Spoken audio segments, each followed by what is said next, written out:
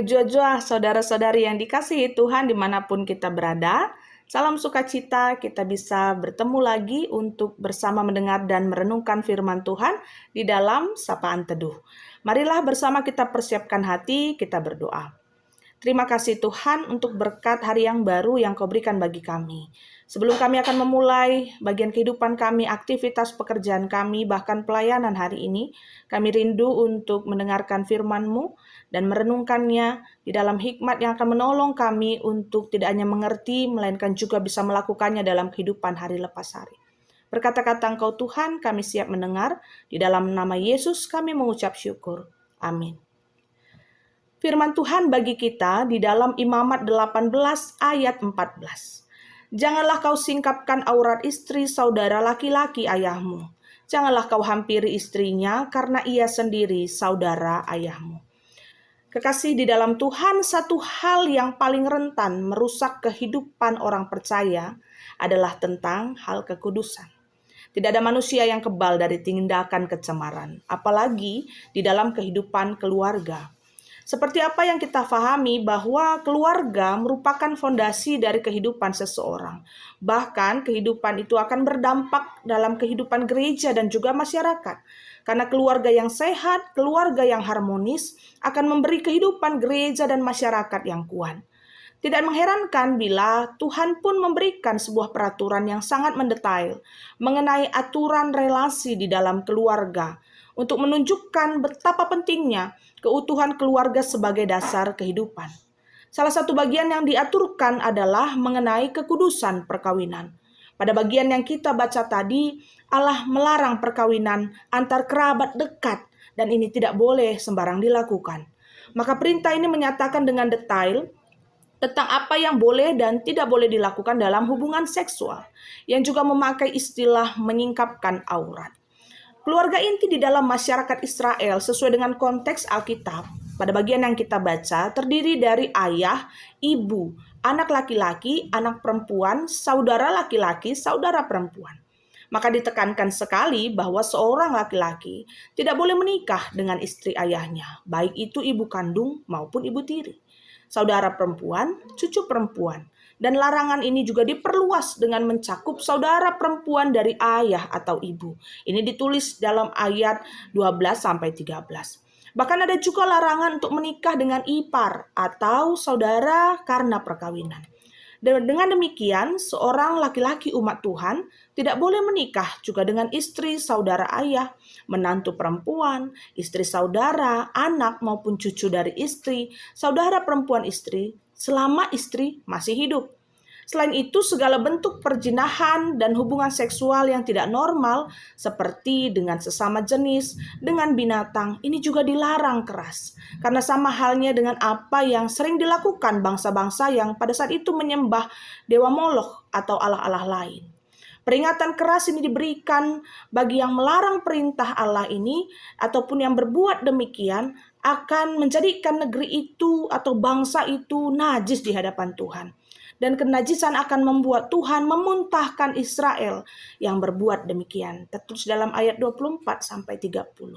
Jadi bagian yang kita baca tadi juga merupakan salah satu dari keseluruhan aturan yang menjadi perintah Allah agar umatnya tetap menjaga kekudusan perkawinan. Tidak mau hidup seperti kebiasaan bangsa-bangsa di sekitar mereka. Karena itu saat umat Israel mulai mengikuti, mengadopsi kebiasaan, perilaku bangsa-bangsa asing sejak mereka hidup di Mesir. Kebiasaan itu kemudian mereka bawa dari bangsa-bangsa di luar umat Tuhan yang memperbolehkan hal-hal tadi terjadi. Padahal Tuhan menuntut. Dari situ ada perubahan perilaku dan pandangan tentang hal yang tidak sesuai dengan kehendaknya. Sekalipun selama ini Israel membenarkan hal yang sudah biasa mereka lihat dalam kehidupan bangsa lain, tetapi Allah ingin umatnya membiasakan apa yang benar seturut dengan kehendak Allah, yaitu kekudusan hidup di dalam perkawinan. Seperti apa yang banyak terjadi pada zaman sekarang ini. Makna kehidupan keluarga yang kudus, utuh, harmonis, ini menjadi situasi yang sangat langka. Sulit sekali menemukan keluarga yang kudus, utuh, dan harmonis. Keluarga Kristen sendiri pun tidak terlepas dari tantangan zaman yang demikian. yang sering mengaburkan makna bahwa perkawinan adalah hal yang kudus di hadapan Tuhan yang harus diikat dan dijalin juga dengan sesama. Dan itu menjadi wadah untuk kita menerima berkat Tuhan, di mana di dalamnya kita pun terpanggil menjadi berkat di dalam mengerjakan perintah Tuhan secara bersama-sama dalam keluarga. Saat ini seakan sudah biasa pada masyarakat kita, atau bahkan ada beberapa orang yang menjadikannya gaya hidup, dianggap layak perkawinan antar kerabat dekat yang sebenarnya telah merusak tatanan relasi dalam keluarga itu sendiri. Tidak sedikit sekarang ya yang menormalkan saudara, kerabat, orang tua, teman, ipar sebagai maut yang akan menghancurkan keluarga itu sendiri. Bahkan tentunya akan menghancurkan hubungan kita dengan Allah. Itu pun kita akan menjadi sebuah yang kenajisan di dalam pandangan Allah dan mencederai kekudusan perkawinan. Oleh sebab itu kita melihat kembali di ayat 4 teks yang kita baca tadi, bahwa Allah sendiri sudah menyatakan, kamu harus melakukan peraturanku dan kamu harus berpegang pada ketetapanku dengan hidup menurut semuanya itu, karena akulah Tuhan Allahmu.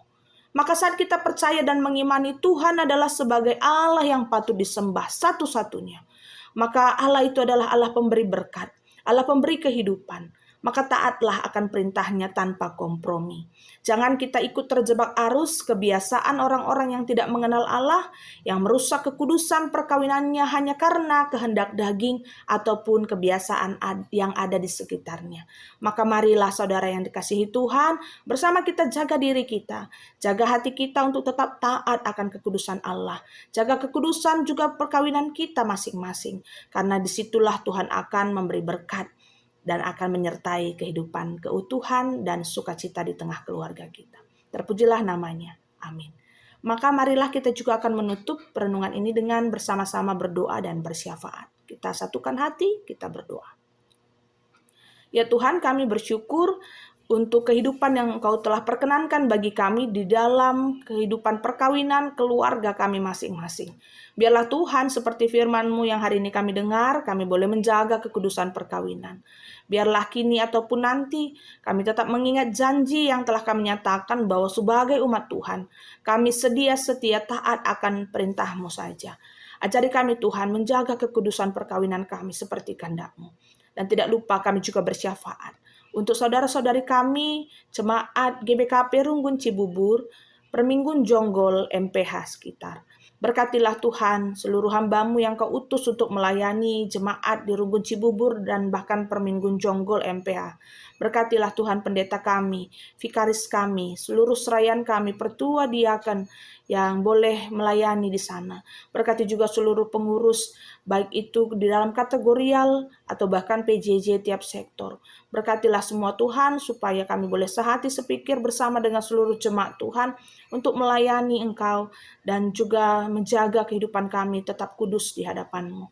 Berkatilah apa yang diperlukan, khususnya untuk pembangunan iman seluruh warga jemaat, baik di Runggun maupun Perminggun. Terlebih apa yang menjadi kerinduan dari jemaat-Mu ini Tuhan, baik dalam tatanan aturan gereja atau bahkan pelayanan-pelayanan yang bisa dilakukan hari lepas hari, minggu lepas minggu. Kiranya Engkau tetap cukupkan apa yang mereka perlu dari kemampuan, segi dana, daya, dan segala usaha yang baik untuk pertumbuhan iman kami. Tuhan, sungguh banyak juga hal yang kami rindukan dalam kehidupan kami hari lepas hari, tapi kami percaya Tuhan juga mencukupkan bagi setiap kami yang selalu taat dan setia mendengarkan firman-Mu bahkan melakukannya. Berkati juga setiap anak-anak Tuhan yang telah mendengarkan sapaan teduh pada pagi ini, biarlah kami juga bisa kembali ke dalam kehidupan kami dan memulai aktivitas kami dengan penuh sukacita, agar apapun yang kami kerjakan di dalam nama Tuhan akan menjadi berkat dan juga membuat kami semakin merasakan berkat daripada-Mu saja.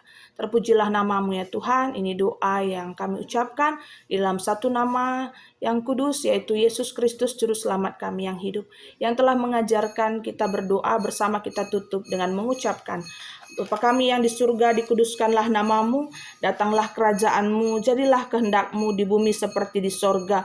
Berikanlah kami pada hari ini makanan kami yang secukupnya, dan ampunilah kami akan kesalahan kami, seperti kami juga mengampuni orang yang bersalah kepada kami. Dan janganlah membawa kami ke dalam pencobaan, tetapi lepaskanlah kami daripada yang jahat. Karena Engkaulah yang punya kerajaan dan kuasa dan kemuliaan sampai selama-lamanya. Amin. Selamat beraktivitas. Tuhan Yesus memberkati kita dan seluruh keluarga kita.